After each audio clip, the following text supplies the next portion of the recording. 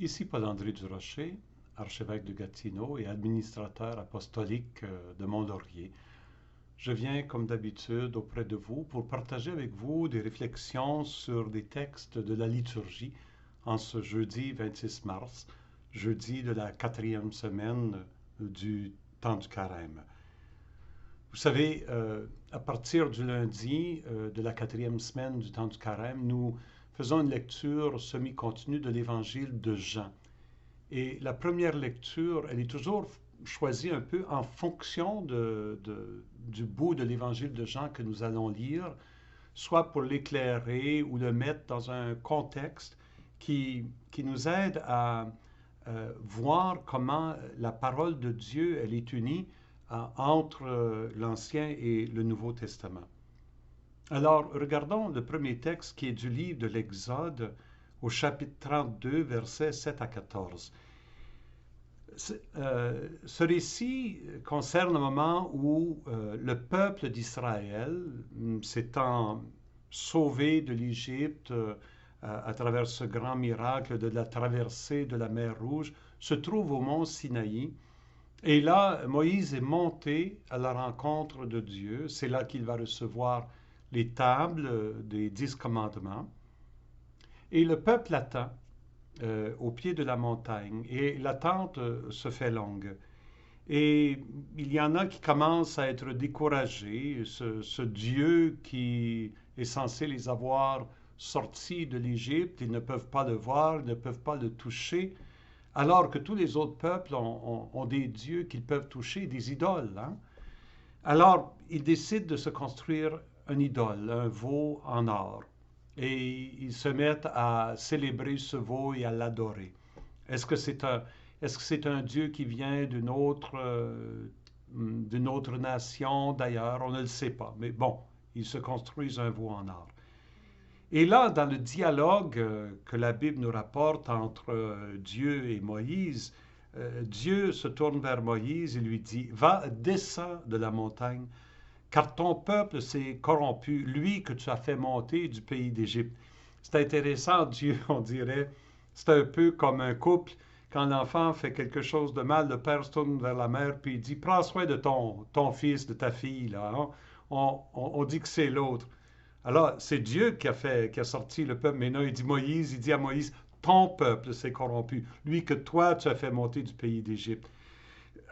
c'est comme si, c'est comme si Dieu se sépare de son peuple. Ils n'auront pas mis longtemps à s'écarter du chemin que je leur avais ordonné de suivre. Ils se sont fait un veau en métal fondu, ils se sont prosternés devant lui. Ils lui ont offert des sacrifices en proclamant Israël, voici tes dieux qui t'ont fait monter du pays d'Égypte. Et là, le Seigneur, dans cette histoire, il est tellement furieux qu'il dit à Moïse, je vois que ce peuple est un peuple à la nuque raide. Hein? C'est une expression classique de l'Ancien Testament, avoir la nuque raide, le cou raide, ça veut dire qu'ils ne pensent pas, ils ne reconnaissent pas l'autorité de l'autre. Alors il dit, maintenant laisse-moi faire, ma colère va s'enflammer comme un et je vais les exterminer. Oh là, le Seigneur, c'est vraiment le Dieu de la colère de Dieu. Hein? Mais il dit à Moïse, mais de toi, je ferai une grande nation. Il dit, je vais recommencer avec toi. Ça fait penser un peu à l'histoire du déluge, hein? Dieu qui, avec Noé, bon, je vais exterminer toute la terre, il y a trop de péchés sur la terre, je vais faire un nouveau départ avec Noé. Il dit, je vais faire un nouveau départ avec toi, Moïse. Mais Moïse, quelle est sa réponse? Moïse apaisa le visage du Seigneur son Dieu en disant, Seigneur, pourquoi ta colère s'enflammerait-elle contre ton peuple que tu as fait sortir d'Égypte? C'est beau, on dirait que Moïse est en train de faire la leçon à Dieu. Hein? Il est en train de lui rappeler, c'est ton peuple, c'est toi qui les fait sortir d'Égypte par ta grande force et ta main puissante. C'est toi qui as fait ça, mon Dieu. Pourquoi donner l'occasion aux Égyptiens de dire, ah, c'est par méchanceté qu'il les a fait sortir, il voulait les tuer dans les montagnes et les exterminer à la surface de la terre. Veux-tu que les autres peuples se moquent de toi? Ils vont dire, tu n'es pas un grand Dieu, tu es un Dieu méchant. Reviens de l'ardeur de ta colère, Moïse supplie. Reviens de l'ardeur de ta colère, renonce au mal que tu veux faire à ton peuple. Et souviens-toi des anciens, de tes serviteurs Abraham, Isaac et Israël. C'est les ancêtres du peuple, ça. Tu leur avais juré par toi-même, je multiplierai votre descendance comme les étoiles du ciel. Je donnerai, comme je l'ai dit, tout ce pays à vos descendants, il sera pour toujours leur héritage. Voyez comment Moïse s'y prend? Il dit, premièrement, c'est ton peuple, c'est toi qui as fait cette grande œuvre. Deuxièmement, veux-tu que les autres pays se moquent de toi? Et troisièmement, tu avais fait une promesse à Abraham, Isaac et à Jacob.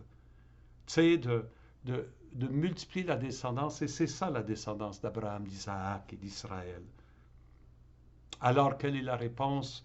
Le Seigneur renonça au mal qu'il avait voulu faire à son peuple. Bon, écoutez, allons pas nous imaginer qu'il y a vraiment, comment je pourrais dire, ce genre de dialogue et que Dieu, il est enfantin comme on le présente ici, puis qui fait des crises de colère, là. Ce qu'il faut retenir de ça, c'est vraiment le rôle de Moïse comme intercédeur. Il prie pour son peuple, il porte son peuple comme un vrai père de famille auprès de Dieu. Et quand il semble que Dieu a abandonné, lui ne lâche pas. Il ne lâche pas, il reste là, fidèle. Nous savons en Jésus, nous avons découvert que Dieu n'est pas un Dieu jaloux comme ça, que Dieu n'est pas un Dieu mesquin comme ça. Non, notre Dieu est un Dieu miséricordieux. Mais la figure de Moïse reste ici comme celui qui a confiance dans cette miséricorde éternelle du Père et qui supplie pour son peuple, qui intercède pour son peuple. C'est important pour le texte d'évangile que nous allons lire. Nous passons à l'évangile selon Saint Jean. Nous nous trouvons au chapitre 5, les versets 31 à 47. Vous savez, l'évangile de Jean, il n'est pas facile à lire. Je vous avertis tout de suite. Hein.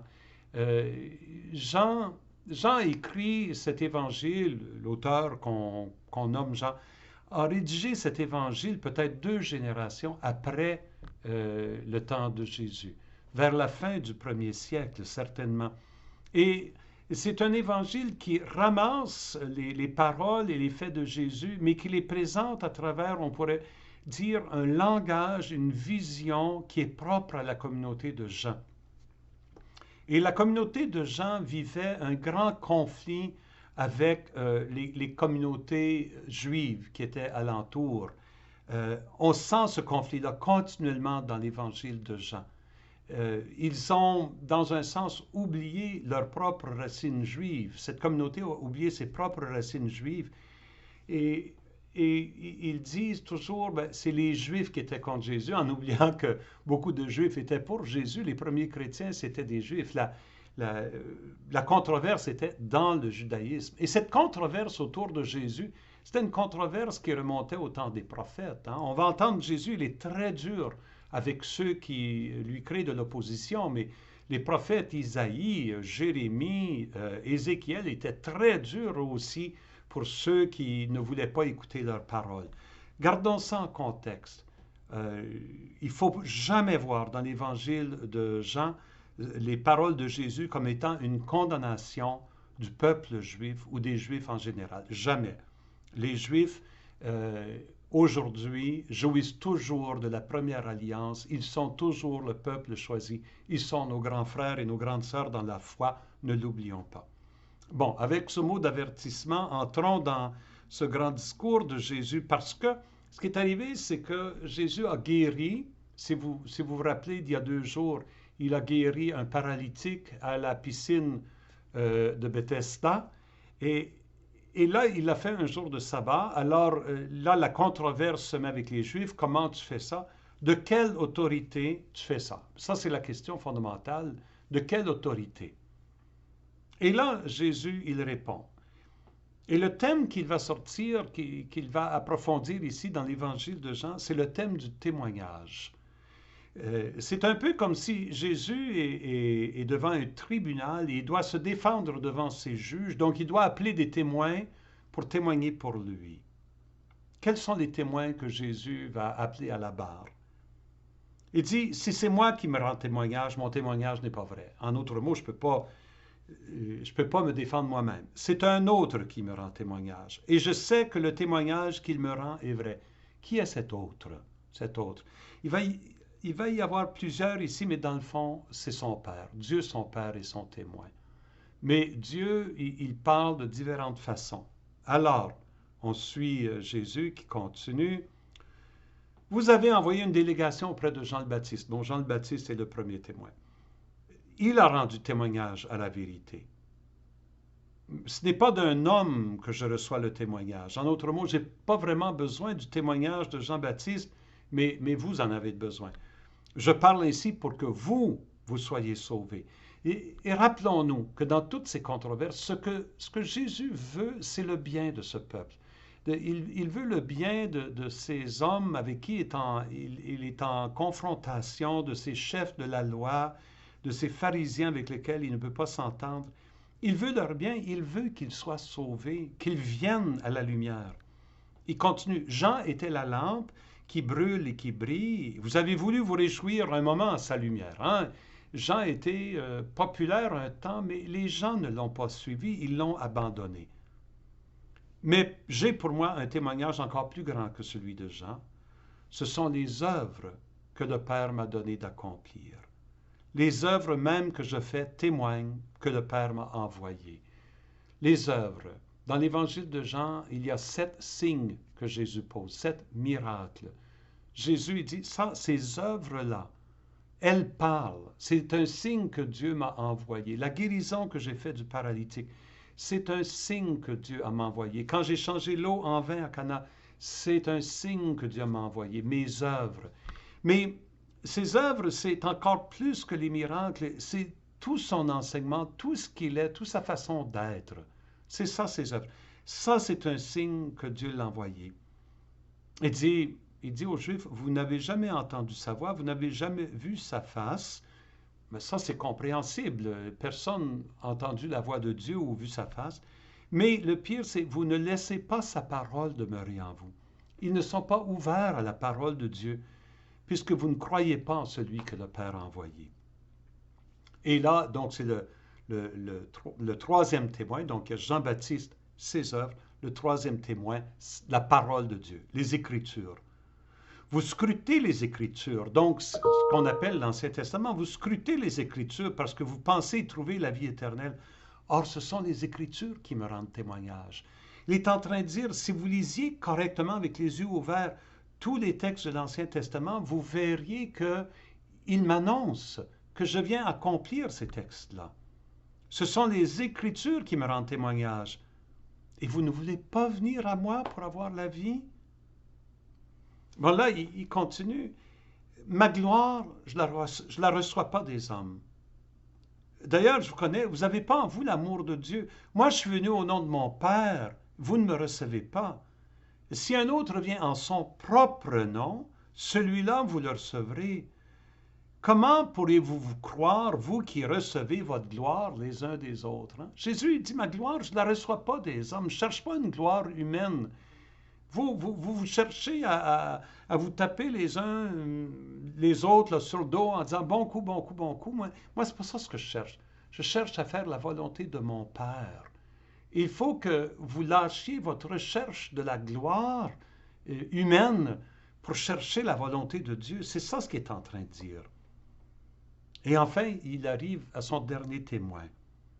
Ne pensez pas que c'est moi qui vous accuserai devant le Père.